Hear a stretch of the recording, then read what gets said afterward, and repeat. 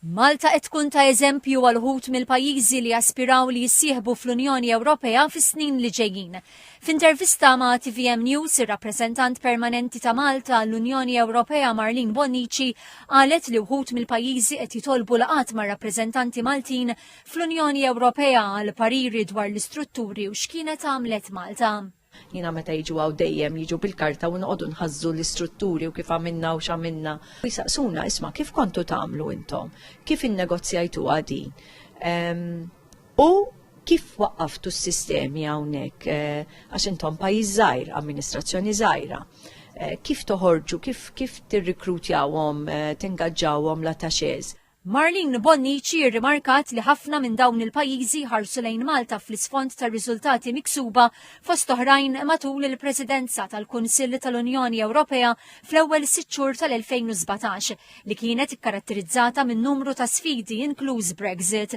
Irrimarkat li f'dak il-perjodu il fuq minn 200 persuna kienu jaħdmu minn dar Malta fuq livell tekniku u mijiet ta' tekniċi oħra kienu jaħdmu minn Malta u kienu jitilgħu Brussell uħud minnhom biex jippresiedu fuq xi kumitati. Konna kburin ħafna kemm mill-kwalità tan-nies u ħafna nies baqgħu jgħidulna anka wara.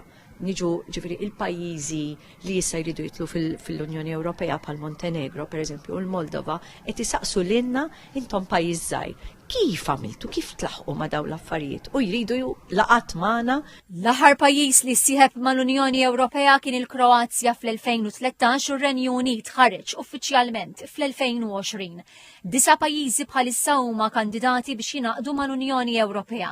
L-Albanija, l-Bosnia Herzegovina, il-Ġorġja, l-Moldova, l-Montenegro, il-Maċedonja ta' fuq, is-Serbja, it-Turkija u l-Ukrajna.